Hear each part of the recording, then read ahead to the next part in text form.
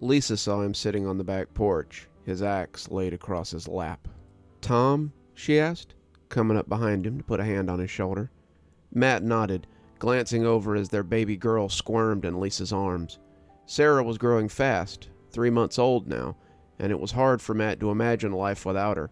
She was his first child, and his life had changed so much since her birth. The money had finally come through. The bank had decided they were stable enough to receive the loan they needed. The farm was on the verge of finally becoming what it had once been. Matt was ready to transition from the state's largest turkey farm to the state's largest dairy farm and cattle ranch. Old Tom, the last of the family's turkeys, was all that was left of that legacy.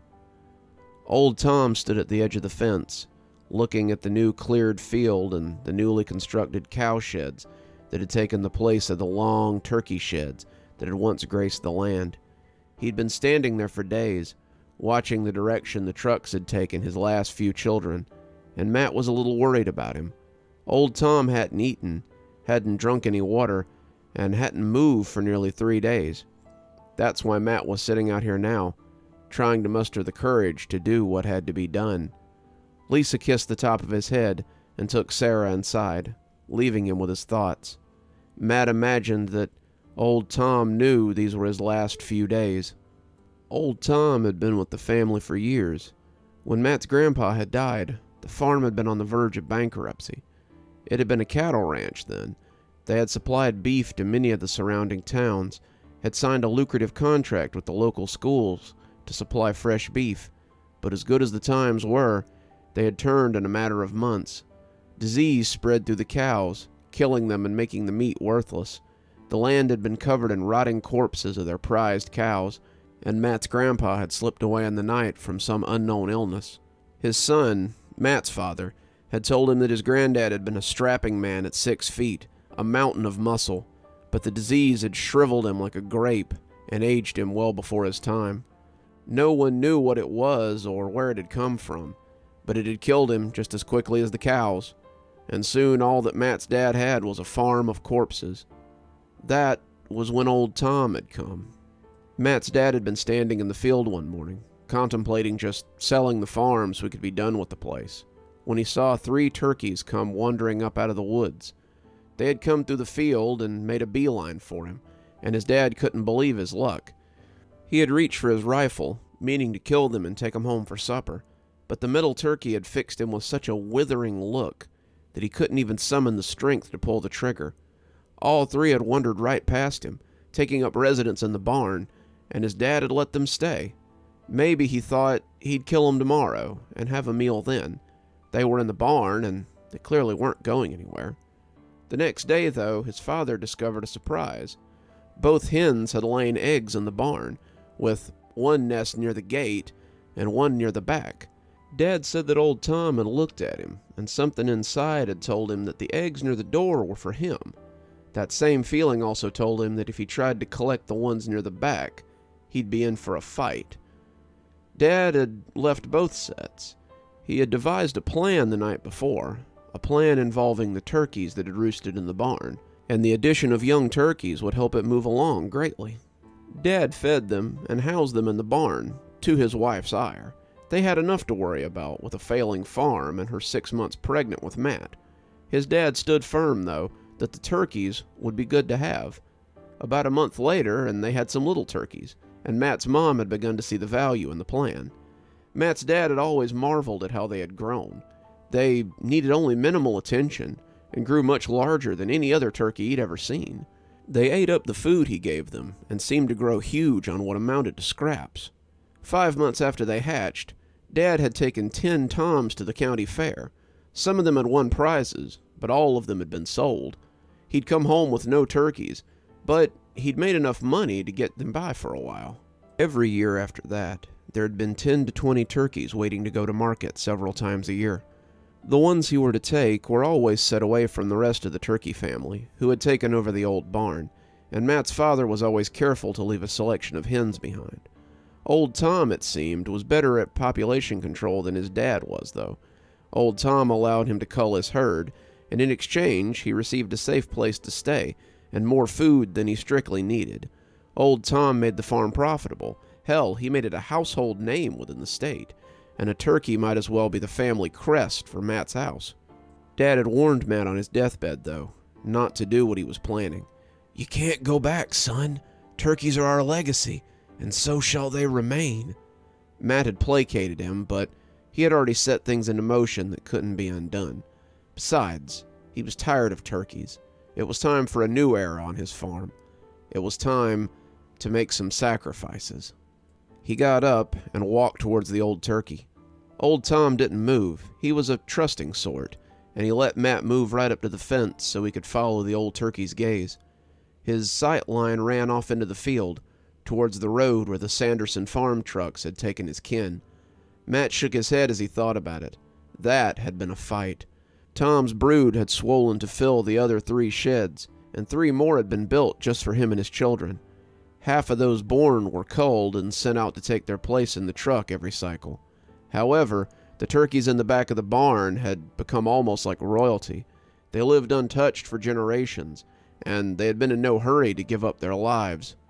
They had taken the invasion of their home very badly. The men who had come to get them had worn long gloves and leather smocks, but more than a few of them had left with cuts on their faces and long slashes on their gloves. The turkeys that were this cycle's sacrifice, 500 docile birds, had walked onto the truck as though hypnotized. When the men returned for the rest, though, the turkeys still in the barn had looked at the men with distrust. They had fought, swooping down on the men, fighting them with surprising ferocity.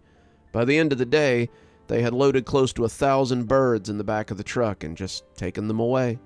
Matt had assumed that old Tom had been among them, but then he'd recognized the white head and the blood-red wattle of the ancient bird as it stared through the fence. One of the men had offered to go get him, but Matt had refused. Old Tom was his, and he would let the turkey live until the time came for him to grace their table this Thanksgiving. "Sorry, old fella. Times are changing. I'm moving away from turkeys. I'm moving up in the world. It's time for a change. It's time for your legacy to end." The turkey turned its head towards Matt, making him feel a little sillier for talking to the bird. And that's when he heard a hateful voice crawl across his mind. "My legacy may end, but it won't end alone." Matt stared at the turkey, his mouth hanging open a little. What the hell was that?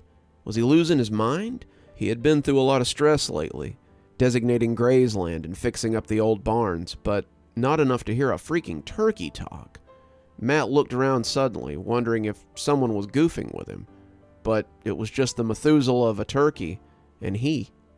Did you just... "Yes," old Tom said in his head, turning back to the field.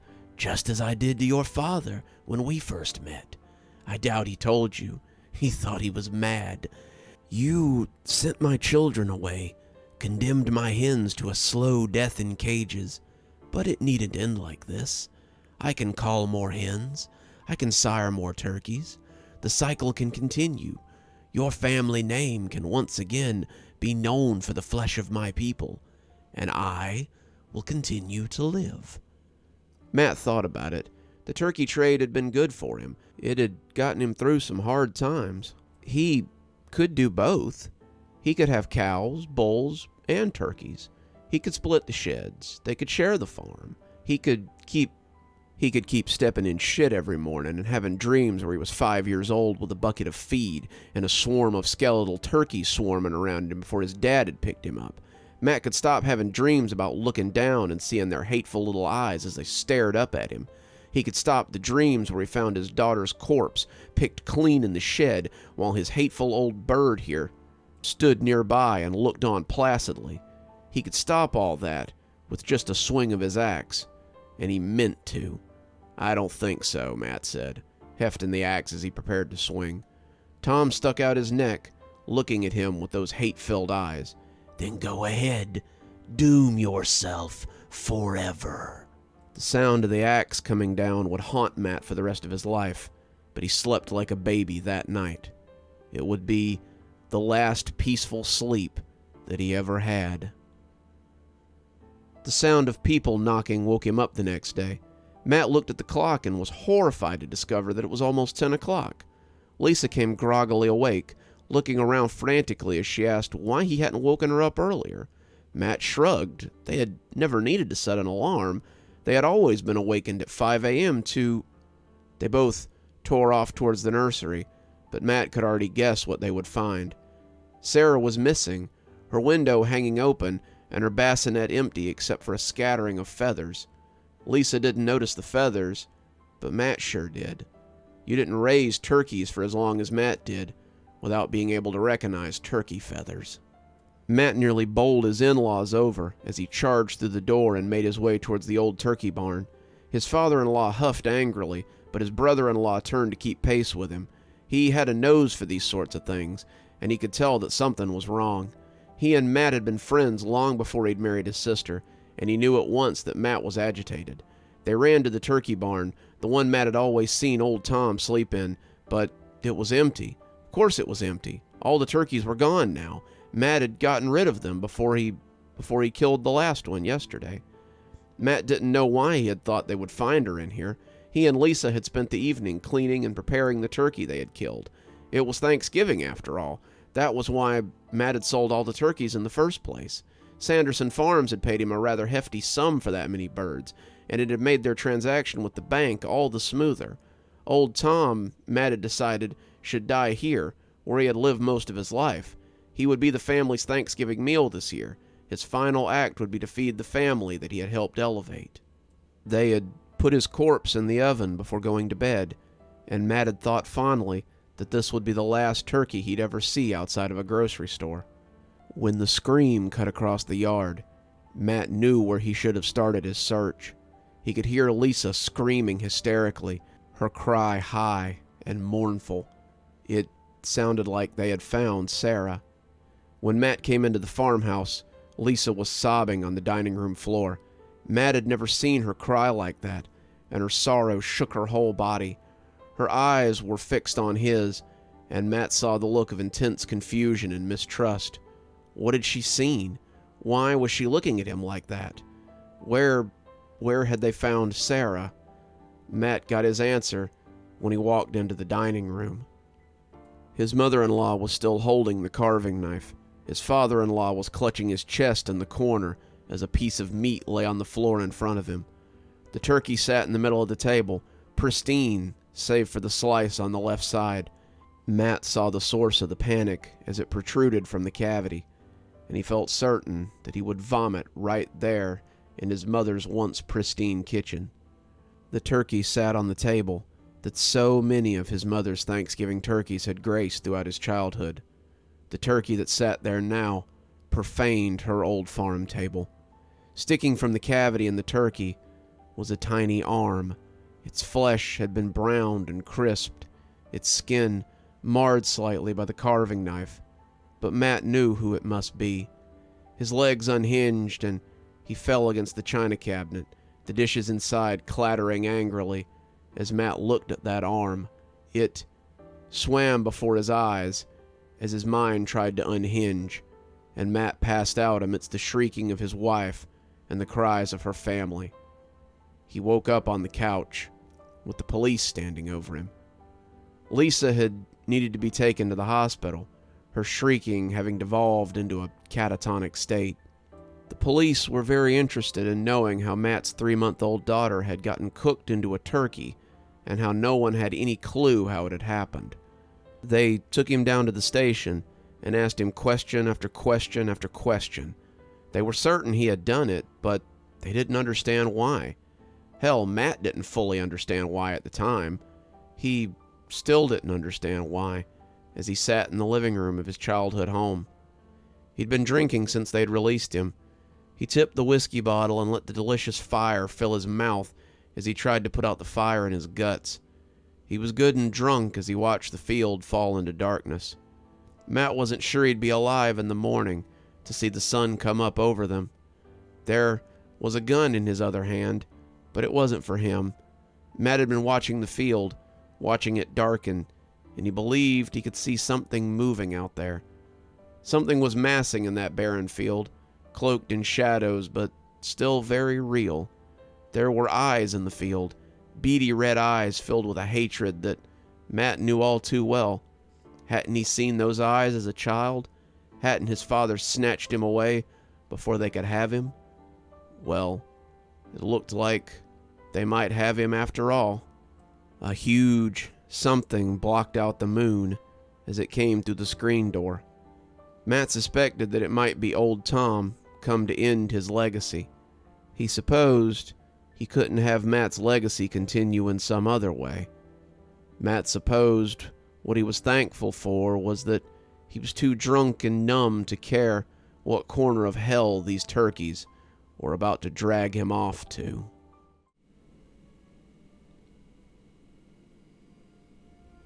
Good evening, everyone. It's me, Dr. Plague. Thank you so much for joining me for tonight's story. If you enjoyed tonight's story, why not go ahead and subscribe if you're not already subscribed? Maybe hit that notification bell so you don't miss any of the spooky stuff we do here. If you'd like to get a copy of my latest book, there's a link below. Or if you'd like to support the show more monetarily, you can always come down to Patreon. I have many tiers. I'm sure you'll find something that interests you. If you're interested in my books, I always recommend my Ghostly Reader tier. Ghostly Readers get a copy of my book signed on their doorstep anytime I write one, which is at least twice a year. Patrons always get their spooky a little bit early so they can enjoy them before that night's premiere. And speaking of patrons, let's go ahead and thank them. Thanks to Janet and Winters for being our Spooky Skeleton tier contributors. And thanks to Xaronana, Emily Coltsfoot, Martha, Marianne Schuler, Jennifer Damron, and Tyler Parker for being our Ghostly Reader tier contributors. Thanks, guys. We just couldn't do the show without you. I'm sure by now you can see some videos appearing at the end here. If you think you might like a little more spooky, why not go ahead and click on another one? I'm sure you can handle a little bit more. And as always, thanks for stopping by. Dr. Plague, signing off. Have a wonderful evening.